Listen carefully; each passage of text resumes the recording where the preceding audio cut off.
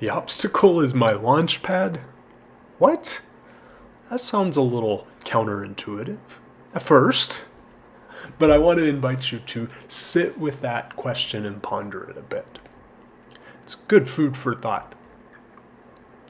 We all have desires, we all have things we'd like to experience, achieve, have in this world. But we almost always tend to encounter something that stands between us and that desire. For many people, we never get around that obstacle. We feel like maybe a victim of the obstacle, or we just scratch our heads and throw up our hands in frustration and disgust and give up. But really, what I'd like to share with you today is quite often that seeming obstacle isn't really there to limit us. It's there to help us get ready for the desire that we have. It's there to be a wise teacher and definitely even a launch pad towards our desires. And sometimes it's there to show us, oh, this thing you think you desire isn't really what you want. There's something better you're meant to have. I'd love to share some example with you from my work as a coach. One common one that I think a lot of us have seen before or can relate to is the desire for a romantic partner. A lot of times if someone really would like a romantic partner, they find challenge, difficulty, frustration in finding a suitable, viable match. For some, that obstacle might be, oh, I put myself out there, I'm on dating apps, and no one pays any attention to me. For others, it might be, oh, I keep dating the same kind of toxic person over and over and over again. Let's take those one at a time. The one who habitually dates the toxic person, the obstacle might seem like, I just attract toxic people. But really, it's more that the repetitive toxic people are there to teach some wisdom, something that needs to change within the one who keeps dating the toxic people. It might be a codependency pattern. It might be a people-pleasing pattern, something that needs to be resolved. For the one who's not seeming to get any attention, it might be just a need to learn to love and value and honor just how amazing the self is, all the gifts, the goodness. It might really be about simply undervaluing oneself. I want to help you start this journey, this process of changing your relationship with what seems like an obstacle in your life so that you can start to see it as a wise teacher, a doorway, even a launch pad towards what you truly desire. For this meditation, I invite you to sit somewhere comfortably, preferably sitting upright, reaching the crown of your head up towards the sky, rooting your tailbone down towards the earth, keeping the spine nice and long. And I invite you to join me in a reset breath. The next time you inhale, breathe into the belly, shrug the shoulders up towards the ears, and a big sigh out the mouth as you release the shoulder blades down the back and a little bit closer together behind your heart, opening the heart, the chest, the rib cage. Let's do that one more time. A deep breath in to the belly, shrugging the shoulders up towards the ears. And an exhale, releasing the shoulder blades down the back. If your eyes are not closed already, I invite you to close your eyes. And for this short meditation, I am going to invite your ego to go take a break somewhere else for a bit. I'm going to invite your logic to go take a short little nap. For the duration of this meditation, it is the very wise higher self that is speaking to your conscious awareness.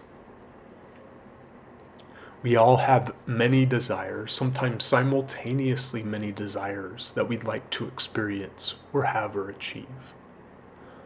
For this meditation, I am going to ask that your higher self bring to your awareness one desire that you've yet to attain?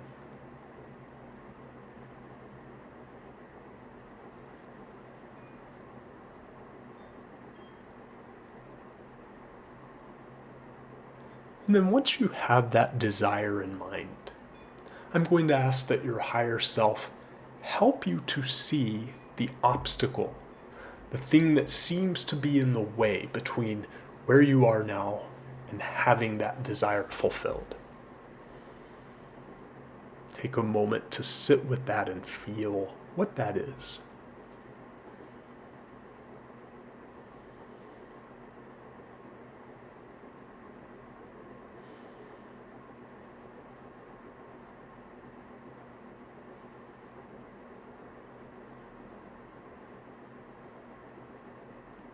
And rather than feeling eternal frustration or throwing up our hands in resignation, I invite you to, with the guidance of your higher self, start to feel some of the wisdom, the guidance, the messages that are coming through this obstacle teacher. Just take a moment to sit with and feel what's something that this obstacle teacher is here to point out, to highlight, to show you that needs healing, shifting, mindset change. Take a moment to feel that.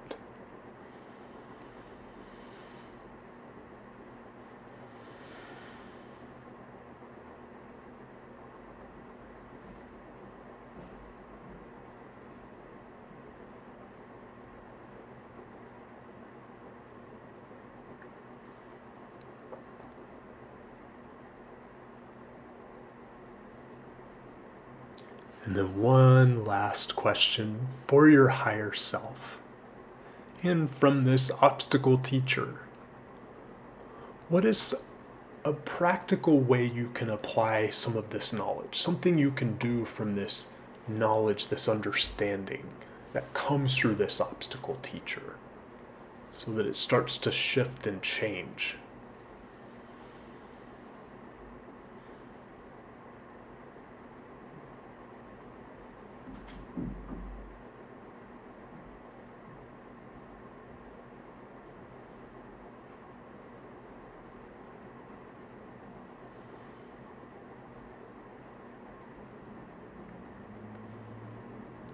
When you are ready, I invite you to open your eyes.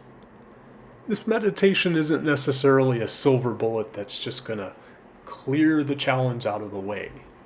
But what it is rather is an opportunity to shift your mindset from seeing the obstacle as this insurmountable frustration, and instead to see it as a wise teacher that's pointing you to something that you do have power over.